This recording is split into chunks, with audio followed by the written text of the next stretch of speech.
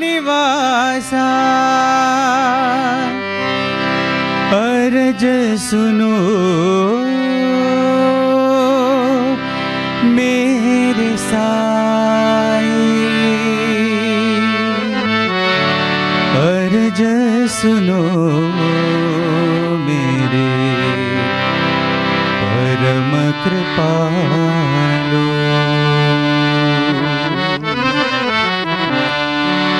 अर्ज सुनो मेरे परम कृपालु।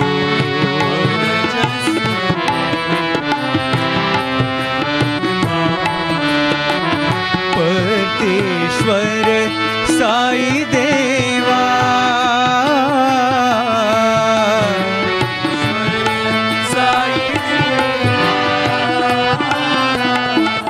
अर्ज सुनो मेरे परम कृपालु।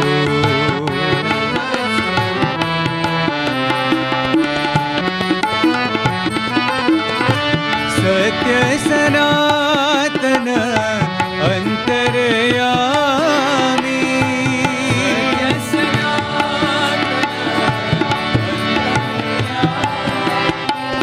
सकल चराचर तुम हो स्वामी,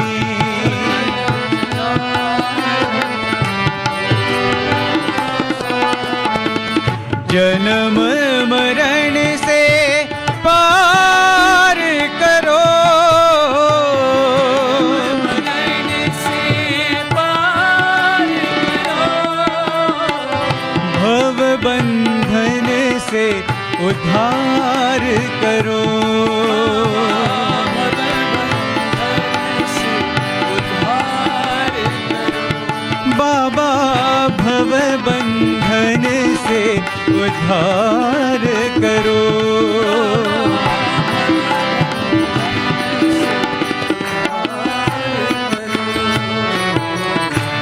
अर्ज सुनो मेरे परम कृपालु।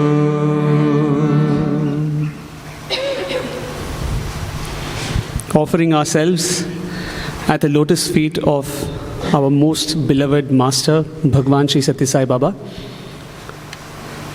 When the two of us came in just a few minutes ago and we were sitting behind, and as we saw the whole motley lot of you, I recall a story which is a very famous Persian philosopher by name Mullah Nasruddin.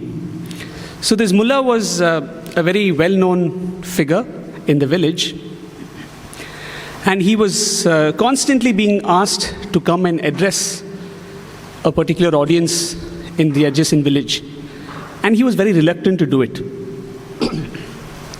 So after much badgering, he finally gives in, and he goes and stands in front of the crowd. So he stands there and he poses a question to the audience. He says, do you know what I'm going to speak about? And obviously the audience has no idea, and they say, no, we don't know what you're going to talk about. He says, I don't wish to talk to an audience that is not aware of anything. And he walks away. So everybody is taken aback. The organizers again catch him and say, sir, please, you should talk to them, don't do this. And they bring him and prop him back up on stage. The mullah again goes to the podium and he says, so, do you know what I'm going to talk about? And the audience is a little wiser now. They know what he's up to. So they respond saying, yes, we know what you're going to talk about. So he says, why should I talk to a crowd that already knows what I'm going to talk about? And he walks away.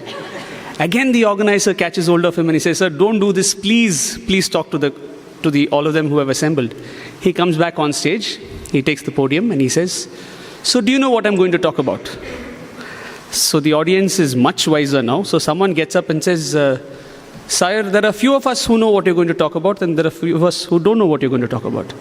He says, great. So those of you who know, why don't you tell those of you who don't? And he walks away.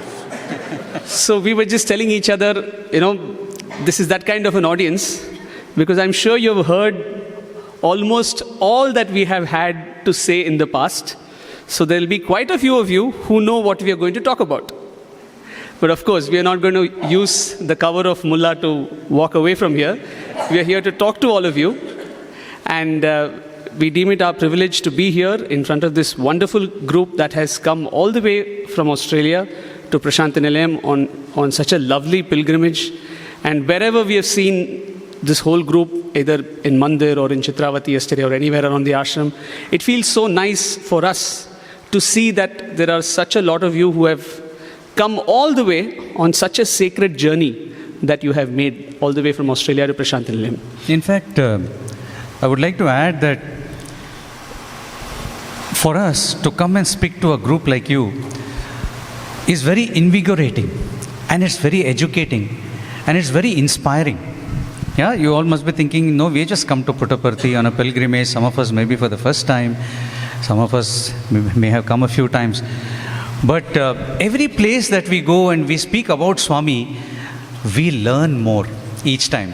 So we are, like he said, unlike Nasruddin Hoja, we didn't have to be badgered into coming here. In fact, we were waiting to come and see you and speak to you all. I have a question now at this point, Sid.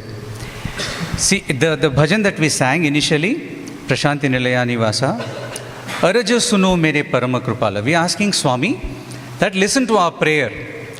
And what is that prayer which is foremost in that bhajan? Any of you? What is the prayer? Partishwara Sai Deva, then Satya Sanatan Antaryami. Here we are all praising Swami.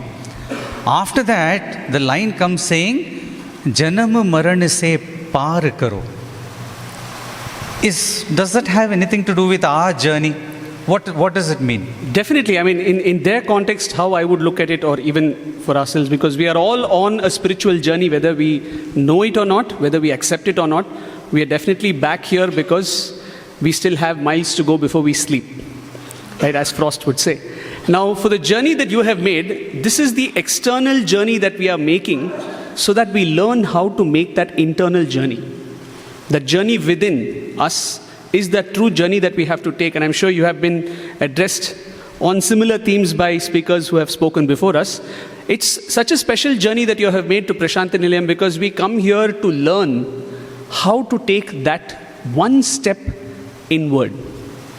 That one step inward, and we have made up for all the miles that we have made, that outward journey, which we have made in that outward journey. So when we are praying to Swami saying that, you remove this cyclical thing of this birth and death, that is what Janana Marana se par karo. We are telling Swami, we don't want this, to come again and again. Of course, we have an argument which says if Swami is physically here, I wouldn't mind coming again and again for Swami. But Swami has said that I give you what you want so that one day you ask me for what I have actually come to give you.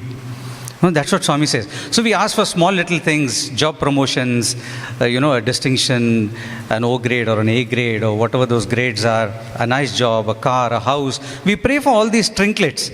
And Swami gives it to us so that one day we realize that what he has come to give us is something much higher. And that is this journey that we are going towards. And all of us are on this journey. Some of us who are older have probably started this journey earlier, but we may be slower. There may be some of you, who have started late, but who are faster. A turtle and a hare, sometimes a hare is faster. But in this journey, we pray to Swami that you take us to this stage where we ask you for the ultimate thing that you have come to give us. And on this path, how do we know we are on? Right. Speaking of journey, you all made your trip to Vrindavan last weekend, right? So you must have started back after you finished your lovely day at Vrindavan, visiting the hospital and the ashram and Swami's residence Trai. So how did you know you were on your way back to Parthi? Apart from the fact that you got into your bus and you sat in the bus, how did you know you were on your way back to Parthi? How do we know that we are traveling in the right direction? Sorry? Signs on the road. Signboards? Yes, the milestones or signboards, as we say. Now, this is the exact example that Swami himself gave, where Swami said, if you're traveling from Bangalore to Puttaparthi, how would you know you're on the right path? You would look out for the signs, isn't it? It would say Chikbalapur or it might say Prasanthi Nilayam, take a right, and then you come near the super specialty hospital, you realize you've come closer to the destination. How would you know if you are not on the right road? When you don't cross those signs, isn't it? If you don't see a sign that says Prasanthi Nilayam 43 kilometers, then if you're not seeing it, then you're on the wrong road. You've taken the wrong turn somewhere. So Swami says, similarly, if you are on this spiritual path, if you are making your journey towards me, how would you know? Swami says, you will develop certain qualities. Love, faith, patience, right? Swami says, so these are the indicators for us to know if we are on that path. If we haven't developed love, or if we haven't developed faith or patience, then we need to introspect to figure out what is it that we are not doing. Because obviously, if we are on the right road, these are natural outcomes. Like how you will cross the super specialty hospital, whether you like it or not, when you come to Prasanthi Nilayam from Bangalore, you will have to cross it. Like that, you will end up developing such qualities when you are walking towards Swami on this journey. So today, what it is that we are going to talk to you about are some of these aspects of our personality as spiritual aspirants that Swami would want us to cultivate, that Swami would like us to have. And these are certain aspects of our personality which we have had the opportunity to learn being in Swami's presence. It is said that living with God is true education. The true education, that is the Atma Vidya, is something that you can learn when you are on this path only. And these are some of those lessons, some of those aspects of that a spiritual aspirant, that a devotee should have, is what we are going to talk to you about. Some of these lessons that we have learned, which we are going to share with you, I won't say we have learned, we know Swami has tried to teach us. Yeah, that we will share with you. Like I said, we are all on the same path. So, they may be very mundane. You know, we are talking about Atma Vidya and we are saying, birth and rebirth. They are very, very idealistic and very high, aims and goals that we have in life. But some of the lessons that we'll talk to you about are very mundane, very day-to-day life, because that is what Swami inspired us to do. So we'll start off with lesson number 1. First one, which Swami would be very particular about, is punctuality. Now, like Sir said, punctuality, why are you talking about it here? It's because, can we take these lessons and implement them in our everyday life? Our everyday life is just an extension of our spiritual life. So punctuality would be the first one that Swami would always insist. And of course, we know that everything in Prasanthi Nilayam, if you see, you can set your clock based on the routine at Prasanthi Nilayam. If you hear Vedam, you know it's 8 o'clock in the morning. If you hear Omkar and the first Ganesh Bhajan starts, you know it's 9 o'clock. Similarly in the evening. And this is the routine that has been going on for decades. Right? So, and this is how Swami would like it. He would like everything to go by clockwork. Of course, the only exception to coming late, which Swami would make, is if you were practicing. And like we said, we are talking about some of the experience that we have had as Bhajan group members. And as Bhajan group members, we have a very famous incident of how Swami came once to the Bhajan hall, and Swami was seated and he was talking to all of us. And then Swami went into the interview room. And after Swami moved in, a couple of the singers came in from behind because they came in a little late because Swami had already come. And after Swami went in, they took the liberty of coming and sitting in front. And when Swami came back out for bhajans, the first thing he did was he pointed out to those two brothers and said, "You both were not there when I came in earlier." And they said, "Yes, Swami, we were practicing." If you're practicing, then it's fine. Then you can come. Practice aite paravaledu, Swami said. Meaning, if you are coming in here because you are practicing, and if you were really practicing, then that's fine. But otherwise, Swami would expect that we are there on time wherever it is that we are expected to be. And even there, if the bhajan was going to start at 9 o'clock in the morning, even if you're practicing, you're not allowed to come at 9:01. Practice is not an excuse for coming later than when the bhajan would start. The only thing is, Swami expected the students to be seated at least half an hour before the bhajans. So these brothers came 15 minutes only before the bhajan started. But Swami pardoned them even for that. only for that, only because they were practicing. And we know Swami would come, like he said, Swami would come outside the interview room, and bhajans would be held in the bhajan hall. So Swami would come, stand there in front, and he would speak to the bhajan boys, a very lucky lot those boys are. He would speak to them, I would say, sweet somethings. We know what are sweet nothings. But with Swami, we can't say they are sweet nothings, they are always sweet somethings. Because even if Swami makes a joke out of something, there is a lesson in that. So when Swami would be speaking to the boys, his one eye would always be on the clock which would be there on that pillar. So the moment, if the bhajan was to start at 5:30, there were times when bhajans would be at 5, sometimes at 5:30. So the moment it would become 5:30, he would say, bhajan chayandi, start Omkaram. That was, there are times when I've been sitting there, when Swami has crossed the bhajan start time by a few seconds, because he was standing there. Why are we all here? Why are all of us here? Why are the thousands and millions of devotees there? For Swami. And Swami would be physically standing there and talking to us. What more do you need in life? But Swami would cross that by a few seconds, and then as if he has made a huge mistake, he would look at the clock and say, start changing. Because it had crossed by 5 seconds. That was what he wanted to teach all of us, that if it is timing to the second, he wanted it that way. Or he would be giving interviews, and inside the interview room, the moment he would hear Om, he knew it was time to go out for him for bhajans. He would say, legandi, means get up, go out of the interview room. It is time. So for Swami, for whom, Swami, we call him Kalatitaya Namaha, Kalaya Namaha. He's beyond time. But he wanted to show us that even he kept time, because time is important for each of us. So the first lesson we would talk to you about is punctuality. The second one is what we call as humility. Right? We all know what is humility. It is staying grounded. The bhajan boys, like Sir was saying, were a little special lot, because they would sit in front of Swami every day, right in front, so close to Swami's feet, and Swami would invariably come and chat with them and talk to them, and he had a very special time that he would give only for bhajan boys. So it is but natural that the horns tend to grow a little and the feet take off. You levitate a little bit, a few inches off the ground, because you're part of the bhajan group. But that's where this concept of humility comes in. It is so necessary to know that whatever we have is God's gift to us. There's nothing that we have done knowingly to have got the talents that we have.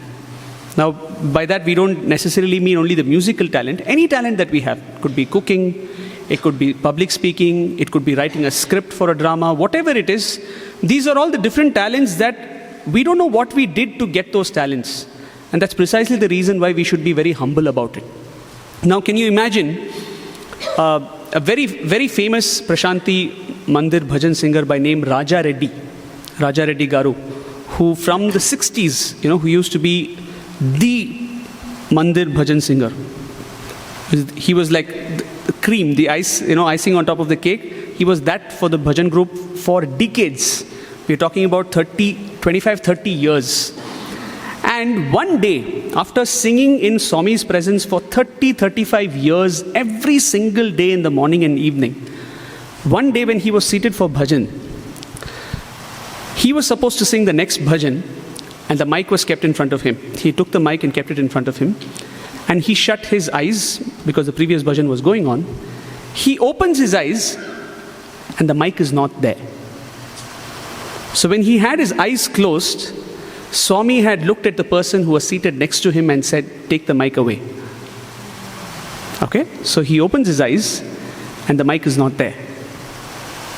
And he knew that such a sacrilegious thing could not have been done unless it had Swami's say. Unless Swami had asked for it to be moved, nobody would dare touch the mic when Raja Reddy Garu was supposed to be singing next. And he looks up at Bhagwan, and Bhagwan has his eyes closed and he's in bliss.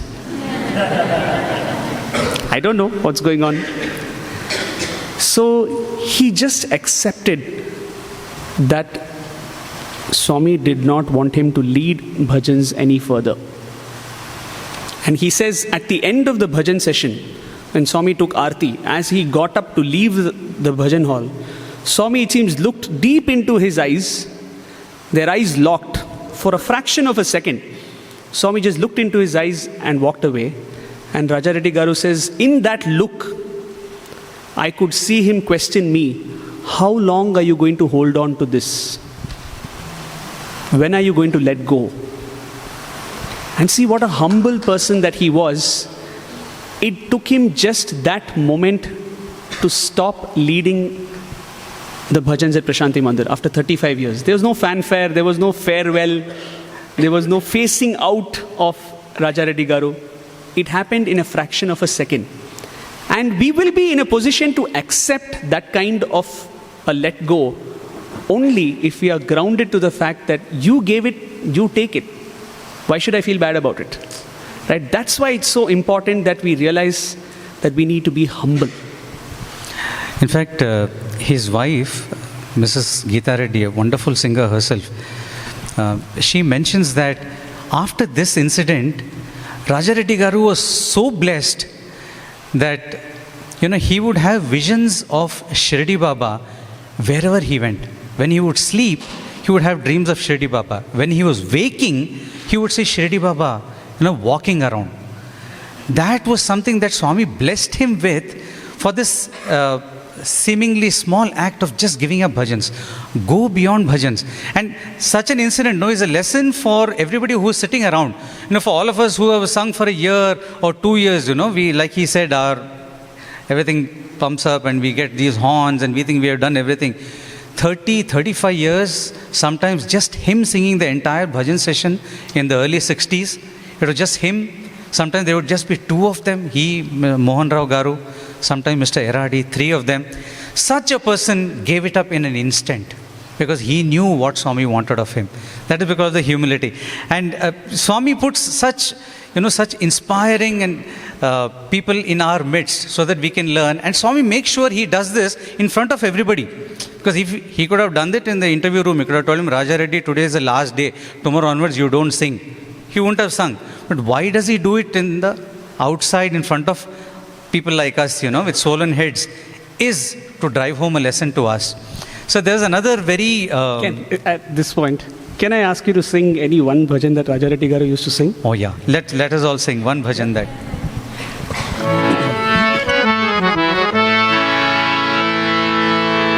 कमल नेत्र साईश्वरा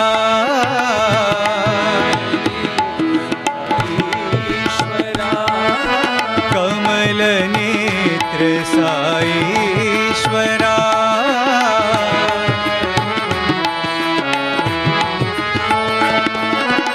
कैवल्य तेज सुरेश्वरा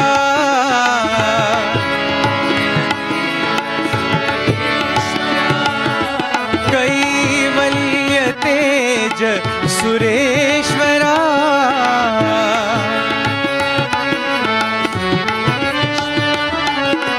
कमल नेत्र साईश्वरा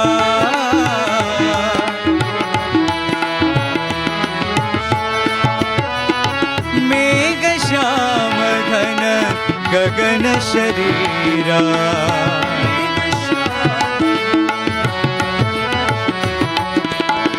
शांत ब्रह्ममय अभयकरा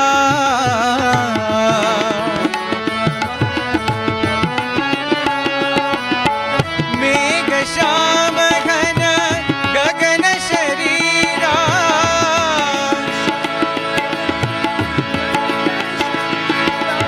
शांत ब्रह्ममय अभयकरा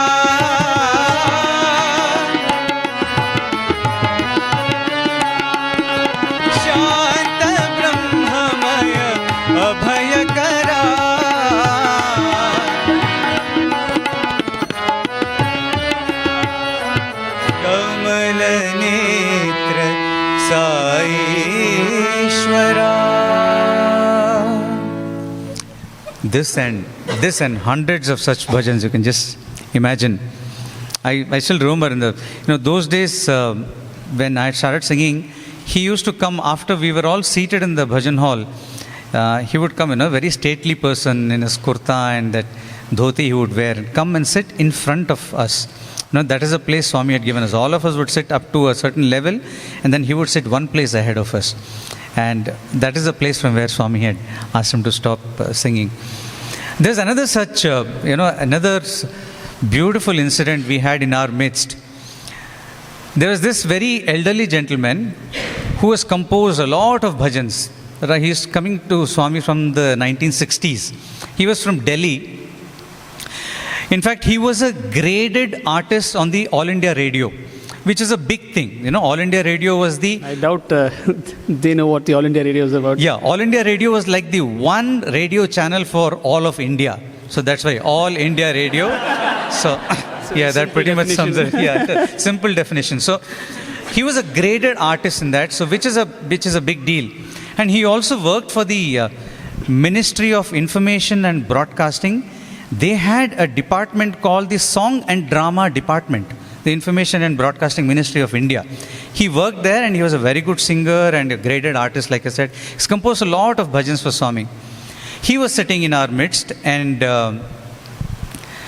one day Swami came into the bhajan hall before the bhajan started. And this gentleman had not yet come and sat in his place. We were all seated. So Swami goes to one of the school children, and he tells him, see, I'll come in a little later and I'll ask you a question and you just say not good. That's all I want from you. So this kid was happy. Yes, I got something to do, Swami said. So after about 10 or 15 minutes, this gentleman comes and takes his place in the bhajan group. Swami walks in again after that. And just he's casually chatting with everybody, including this gentleman. Then he goes to the mat in between the gents and ladies. And there he looks at the schoolboy who's already been, has advanced information. He has a question paper and the answer with him. So Swami looks at the boy and says, see that man sitting there, how does he sing? So this student didn't know what the question was going to be, but he knew the answer. Promptly got up and said, Swami, not good, Swami. So Swami was very happy with this answer and said, not good? Then he looked at this gentleman and said, Kya? In Hindi, he spoke to him in Hindi and said, what, this little boy here says that you don't sing well. Listening to him, we would sing his bhajans, and he was still singing wonderfully in our midst. Swami said, this little boy says you're not singing well. And we were wondering what's going to happen next, what this man is going to break down or what's going to happen.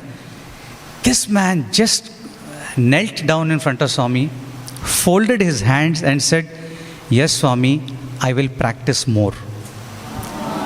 And we were like, yeah, exactly. Such a collective sigh kind of went off from all of us, and we were like, oh my God. And then Swami said, good man, sit down. And just looked at all of us sitting around him, gave us a nice smile and walked out. And like I said, this is a lesson that he teaches in front of all of us, so that it was something for us to imbibe. Somebody who has sung for 25 years, a graded artist who's learned so much, composed so much. But if a little kid gets up and says, no, you're not singing well, he says, yes, I will practice more. He had the humility to say that I will do more. Yes, I need to learn more. So that is another lesson that we learned about humility in his presence. See, think about it. The only way I'm going to be genuinely humble is when I don't have an ego. When I don't think that I'm the best, or when I don't think great of the fact that, like whatever achievements Sir was mentioning about him. And going back to the point that I made when Swami said there will be certain milestones that you will cross if you're on the right path. And he had obviously walked the path in the right direction. And that's why it was such a natural response from him to not have an ego. Imagine getting schooled by a little kid in Swami's presence. Now, obviously, he didn't know that the whole thing was a setup. Now, anybody else would have been offended. That how dare a little boy in front of Swami say that I'm not singing well. What does he know? Isn't it? Now, all these questions come if we have that sense of I. that I am this, I am that. And when humility comes, obviously we take a step back and we are ready to accept and we are ready to learn. We are always ready to learn and to go forward. Right? Okay, before we go forward, we'll sing one bhajan again, which this gentleman, Mr. Ranjan Jain. Will sing? Yeah. Ramasumira. Yeah, the bhajan composed and he would sing this very often, Mr. Ranjan Jain.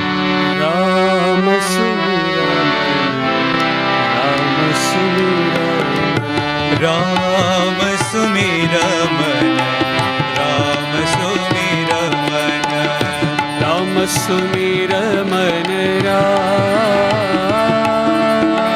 Ram Sumira Mana, Janaki Vallabha Dasharatha Nandana, Janaki Vallabha Dasharatha Nandana, Ramachandra Shri Ram, Ramachandra Shri Ram, Ramachandra Shri Ram, Ramachandra Shri Ram, Ramachandra Shri Ram, Ramachandra Shri Ram,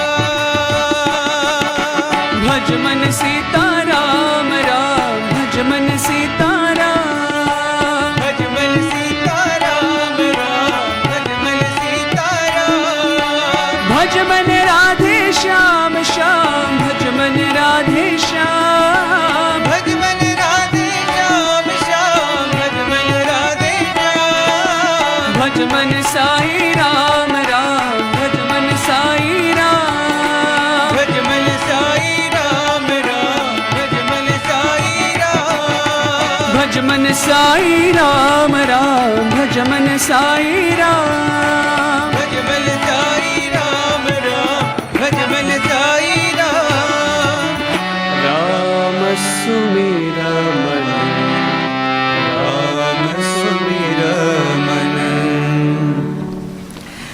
Okay, moving forward to another lesson we learned sitting there in the bhajan hall.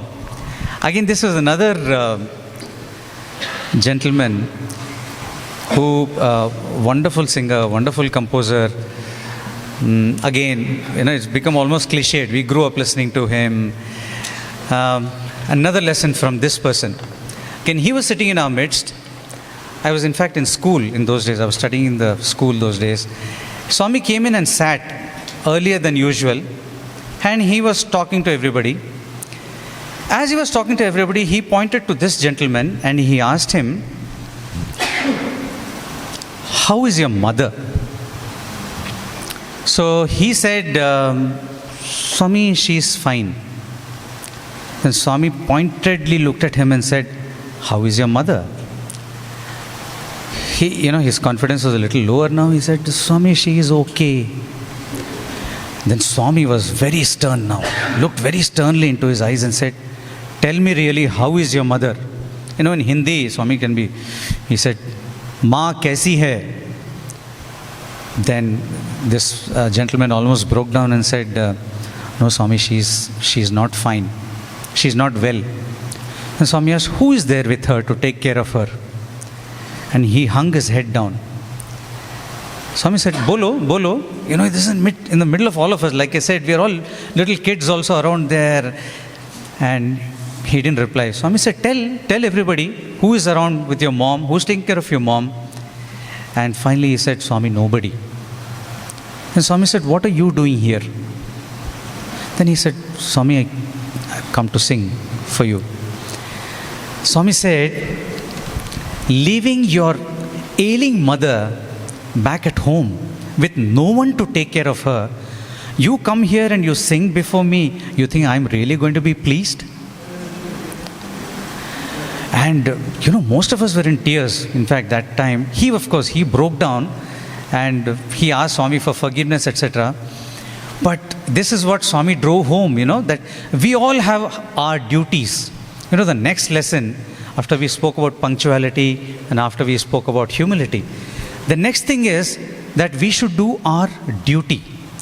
Then, as Ame was saying recently, you all know Ame obviously. So Ame was saying, when Swami says, who is a devotee? One who has discipline. Discipline, a duty and devotion, all these go hand in hand. And Swami says, when you don't do your duty, one of the D's is missing, then definitely the devotion does not reach him. So he says, you're leaving your duty which you're supposed to do at home, you come all the way and sing bhajans, and you think that is going to, because you have a good voice, you think God is going to be happy, because you have a talent to offer to him, you think God is going to be happy, if you ignore, what you're supposed to do. And for Swami, Matra Devo Bhava, Pitra Devo Bhava, Acharya Devo Bhava, they are verily God. So the first thing Swami says is mother. Mother is verily God. So if you have ignored your mother and then come to, pray to Swami, sing, miles away, that's not reaching him. So that is a very tough lesson Swami taught us once. I'm sure you all like to attend bhajans, right? Not just here in Prasanthi Nilayam, but it's a given when we come to Prasanthi Nilayam. But even back home in Australia, I'm sure you all love to attend bhajans. Most of you must be part of the bhajan group as well. Many of you at least. Yes. A very similar incident, like the one that Sir was just mentioning. So one of our brothers who was studying here, so he had to go to Anantapur town, which is about 80 kilometers from here. He had to go there to get his braces fitted for himself because he was undergoing a dental procedure. So he wanted to go to Anantapur the next day, the following day, and he knew that he would not make it back in time for bhajans at the mandir. He knew that by the time he finishes and catches his bus, by the time the bus reaches here, bhajans would have already started. So he wanted to make sure that he took Swami's permission for missing bhajans the next day.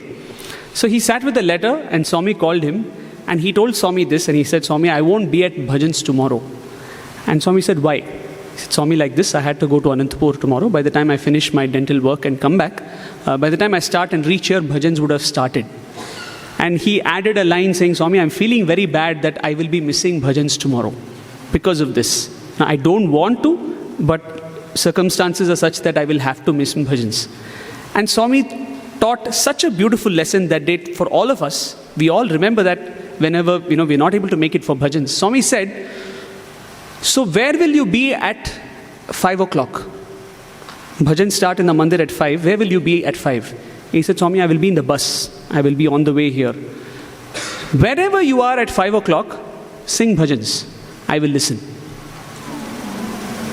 See what a powerful statement that is, where Swami is telling us that, firstly, he's telling us that he's above us, below us, beside us, around us all the time. And here is Swami saying, if there is something that has come in the way of you attending bhajans, it's okay.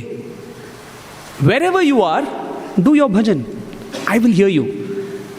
Finally, it's about that one-to-one relationship. If you believe that wherever you are and you sing, if you believe that Swami is listening to you, here's Swami telling, yes, I will. Do your duty. But it's not that you have to do your duty at the cost of bhajans. Do your bhajan as well. Do it wherever you are, and I will definitely listen. So when here was on one side Swami asking this sir, why did you have to leave your mother and come here? Do you think that is going to make me happy? And as an extension of that lesson, Swami is saying, you don't have to come here. Wherever you are, you do your bhajan. I will listen to you. Right? And that is the next lesson that we thought we could talk about, which is duty. Yeah, so the thing is, if you can, yes, do come. Don't think that, it's not an excuse to say that, I'm going to skip bhajans, I'll stay at home because I have duty to perform. So if you are not, if bhajan is the time and we have planned everything according to that, yes, we go to bhajan because, we can go on and on about community singing and, what good it does to all of us. So the next lesson we would like to talk about is practice. So practice is something Swami has emphasized so much, and as being part of the music group here, we know that Swami emphasizes practice is very essential for anything in life. Anything. any of the talents that He has given us, or our work, or our studies, algebra, especially mathematics. Yeah. So, shall we skip one story? Okay. Yeah. Yeah. So this happened when we had the opportunity to travel with Bhagwan to Kodaikanal in the year 2009. And the music group amongst the students, we thought that in case Swami asks us to sing, because in Kodaikanal there is no routine. It's just spending the whole day with Swami. Just like how you all have been doing for the last week or 10 days. That's it. You just get up, and from the time you're up till the time Swami says go to bed, you're with him, you're around him. So we thought in case Swami was to ask us to sing something, some songs, we should be prepared for it. So we spent the first week of our stay preparing for about 6-7 songs, which we thought, the drop of a hat, if Swami says sing, we should be ready. And we thoroughly practiced whenever we could snatch some time, like after lunch, and after Swami would retire in the night, we would go out and practice till late in the night and then hit the bed. So we were always waiting for an opportunity, but that opportunity never came. So on one particular evening, probably a day or two before we were going to leave Kodaikanal, Swami had called a few guests for dinner. So there are a limited number of seats in the dining hall. So a few of us had to sit out because we had to give up our seats for the guests who had come. And so a few of us sat out. Swami went in for dinner to the dining hall and they closed the door. So those of us who were sitting outside the dining hall, we thought, we can't sit here and talk. And it's difficult to sit quiet, even if you know that Swami is in the next room, especially when you know that Swami is in the next room. So we went outside to the hall where we used to practice, and we were sitting there and just fiddling with our instruments. And suddenly, I heard some laughter coming from the hall. So I quickly went to the hall and peeped, and I saw that Swami had finished his dinner earlier than we expected. Swami had come to the hall and he was sitting and talking to all the boys. So I ran back and told the rest of my friends saying, Swami's come, let's go. And as we were coming in through the door, Swami saw me first come in, and then he gave me a look. So I quietly sat down wherever near the door. I just plonked. The next guy came. Swami looked at him. 3, 4, the 5th person came in, and Swami had enough. Swami said, "Where are all of you coming from?" So we said, this brother who was next to Swami, he said, "Swami, they were all Patalu practice chestunaru." They were all practicing. Patalu means songs. And in Telugu, Patalu means songs, Matalu means chit-chat.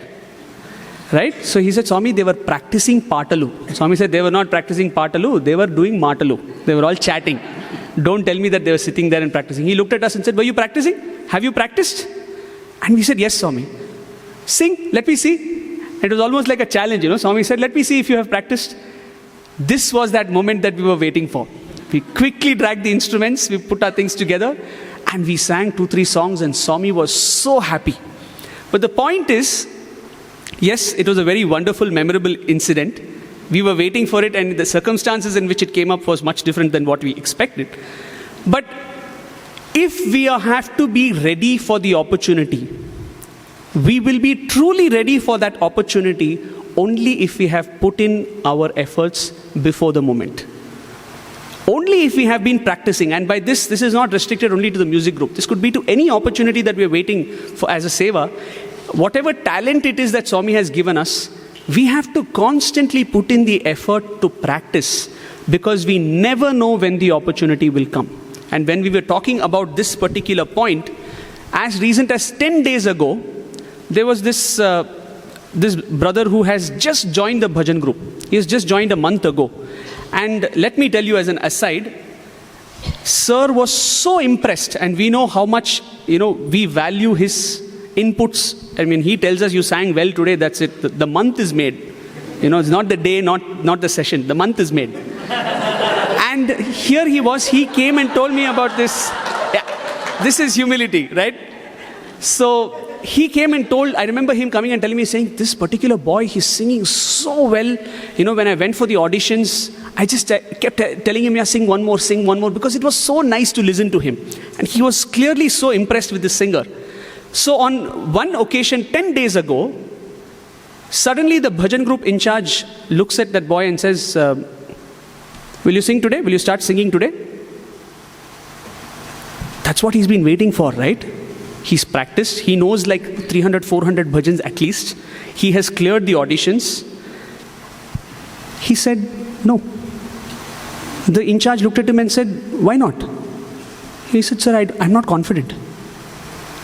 And I felt so bad because here is a boy, that's what he's been waiting for. He's made the cut. He's joined the Prasanthi Bhajan group. We all wait for that first chance. And clearly he felt he had not practiced enough. Hats off to him to being honest. I don't think I would have been that brutally honest. Of course, even if my voice was cracking and if I had a cold, I would obviously cover it up and say, yes, this is what I've been waiting for. But truly when the opportunity knocks, only if we have practiced will we be ready to grab that opportunity. Of course, to complete that story, he started singing a week later. He has joined the Bhajan group. But that day, I'm sure he felt bad and he must have gone back and wondered, why did I say no? Why was I not ready? And that state of readiness comes only if we have put in the practice for that particular craft or talent that we have. Almost as an extension to this lesson about always being ready.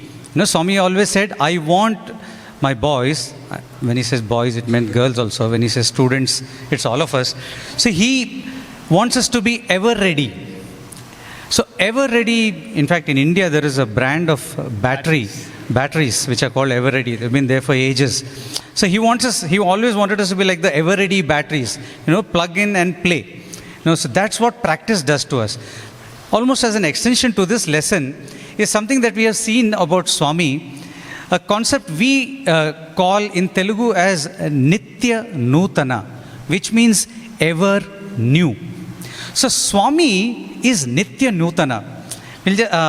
We'll also tell you why it is so important to have that aspect, to learn that aspect from Swami. In fact, this happened in the Trai Vrindavan. You all visited Trai Vrindavan? Yeah. So we were sitting in the Jhula hall one day after the Arati got over in the Sai Ramesh hall. We all ran in and we were sitting around Swami's Jhula there. And Swami looked for me and he asked, where is Ravi? I was sitting somewhere and he said, sing something. So normally the harmonium, tabla, everything follows because you never know when Swami may ask us to sing. Or at least there is Mangala Arati in the end of the session.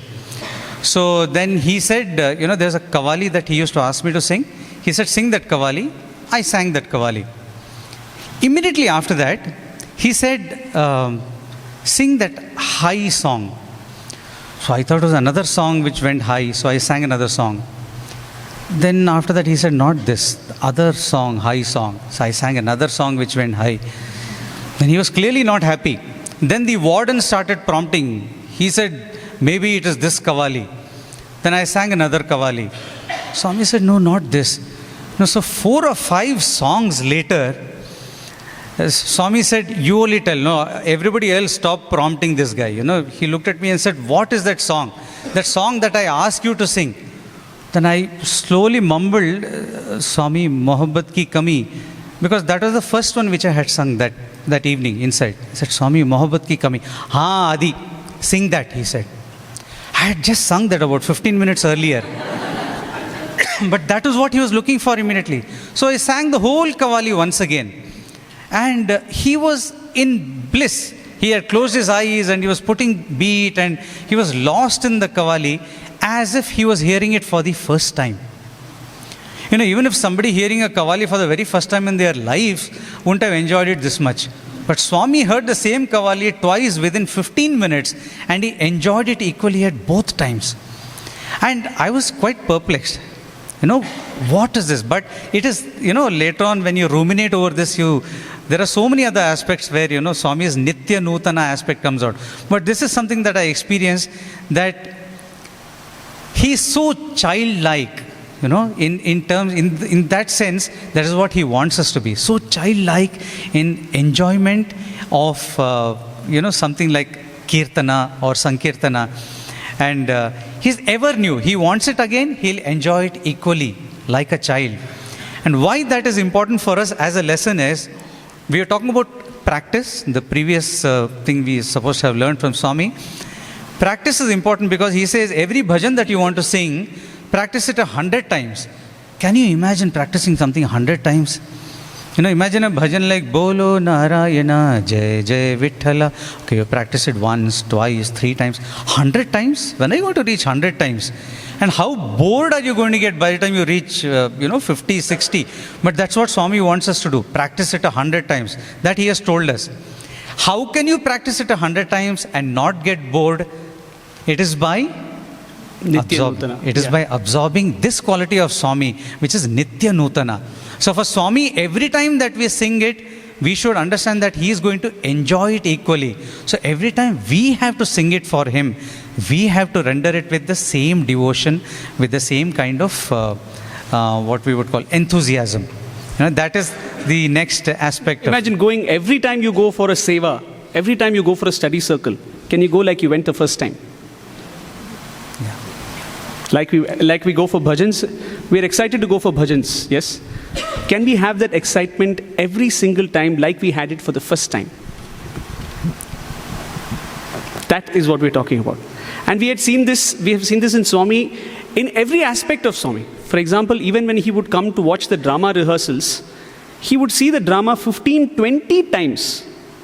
No joke. 15, 20 times he'll come for rehearsals, and every time he'll watch the scene and he'll cry and he'll emote with the scene like he's seeing it for the first time.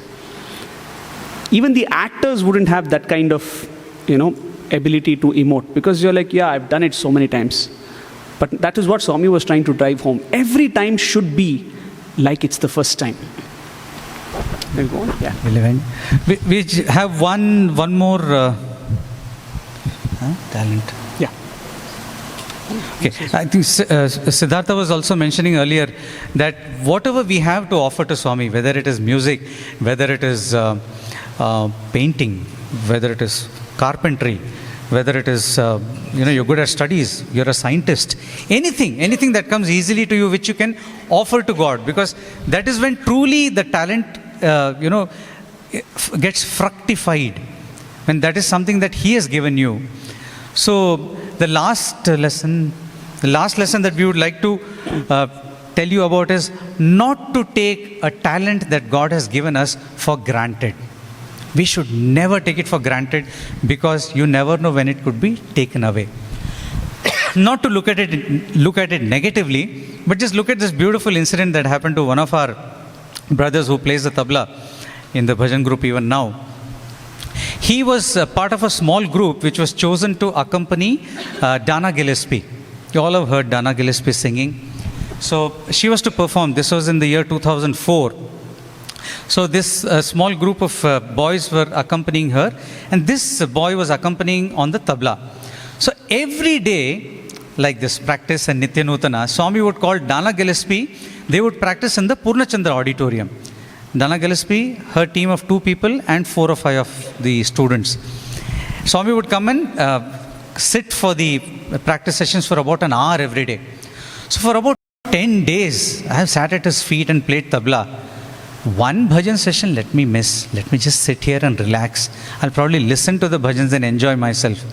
Swami has anyway given me this job of getting a tabla. I have brought it. So let me skip this bhajan. Bhajan got over. They went for the practice session to the Purnachandra auditorium. So he went and sat. End of the practice session, Swami was giving Padanamaskar to everybody. When this boy took Padanamaskar, he felt something strange. He looked up. He saw Swami was staring at him. Then he looked up at Swami, and Swami asked, "You were not there in bhajans this morning?" He said, "Yes, Swami, I was sitting outside." Swami asked him, "Why were you sitting outside?" "Swami, this tabla you asked me to bring." And he was very proud. He had done something. He said, "This tabla you asked me to bring, I brought this tabla." "That is okay. But were you on time?" He said, "Yes, Swami, I came, but I just sat outside because I was coming for practice again." And then Swami gave him such a lesson. He stared at him and he said, he conversed with him in Telugu, because his mother tongue was Telugu, this boy's. He said, "This talent that you have," in respect of this student, it was the talent of playing tabla, "this talent that you have is given to you by God. And when I have given you the opportunity to present it before me, you are belittling it." And he told him, this is a big mistake. He told him, Idi tappu. He told, it's a big mistake. And he was already shivering. He said, yes, Swami. And Swami stared back at him and said, Mahapapam, Swami said. So it is not just a mistake. He said it is a big sin if you do not offer back to God the talent that God has given you. You know, if it is not for the talent that Swami has given all of us, in whatever little way it may be, in whatever aspect it may be, we have to offer it back to Him at every little opportunity that we can. We cannot afford to relax, because Swami himself has told us now that it would be a big mistake to do so. Yeah. So, looking at the time, I think we have to stick to the first lesson of punctuality. Start at 8 and end at 9. So, in conclusion, firstly, these are only some of the lessons that we have learnt in our stay here. And for each of these lessons, we gave only some samples of how Swami has directly, given us guidelines and instructions as to how you should cultivate these qualities if you truly intend to walk on the spiritual path. And though the examples we gave were largely from the Bhajan group, that's how we have been associated with Bhagwan, we believe that these lessons are equally applicable to each and every one of us who are part of the SYAA organization. And we have become a part of the SYAA organization. We intend to grow with the organization. And if we intend to grow with the organization, eventually we will grow ourselves. We too will grow spiritually if we are part of this organization. And we are very sure that just like how this journey that you have made to Prasanthi Nilayam is definitely a life-altering one. This trip of yours, we are sure it is a life-altering one. Let this journey that we are making towards Him also be one, because Swami says that we are born, look at the irony in this, Swami says we are born so that we learn how not to be born again. The irony is that we have to take birth to learn how not to take birth again. So I'm sure that in your own journeys with the Satya Sai Seva organization, you will collect many more lessons. You will learn many more of these valuable tips. You will collect many more such trinkets, these jewels of learning, if we continue to strive to stay on this path and make sure that we reach Him having come this far. Let's try to do all that we can to just go that last mile and finish the journey on this trip itself. This is a wonderful group. You're all here together, brothers and sisters. The one very, very important thing on our journey, which we also quote as an example for Sankirtan, why we have to sing together, is the journey of going together. So this is satsang. Satsang, Swami says, is not just the company of good people. Satsang, what is sat? That is a truth. It is a company which will show you the truth, which for us is our Lord. So this is wonderful. So let's keep this satsang alive and be part of the organization and grow together on our journey. Like I said, all of us are on this path towards Swami. And that is what the next and the last bhajan for the evening conveys. Shirdi Sai Parti Sai Hamko Dijo Premamrita Dhara Tav Seva Ki Avasar Dijo. Give us an opportunity to serve. Let's find ways and means by which we can serve the Lord in any small way that is possible. Let's look for every avenue to try to serve Him and please Him with our service.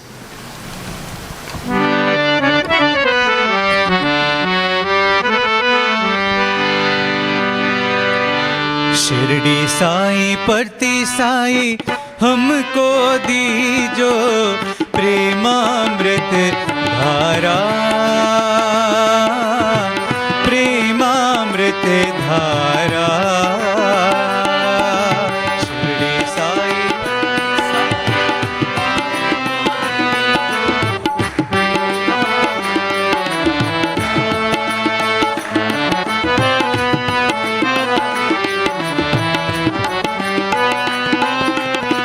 तव सेवा की अवसर दीजो सत्य साई महादेव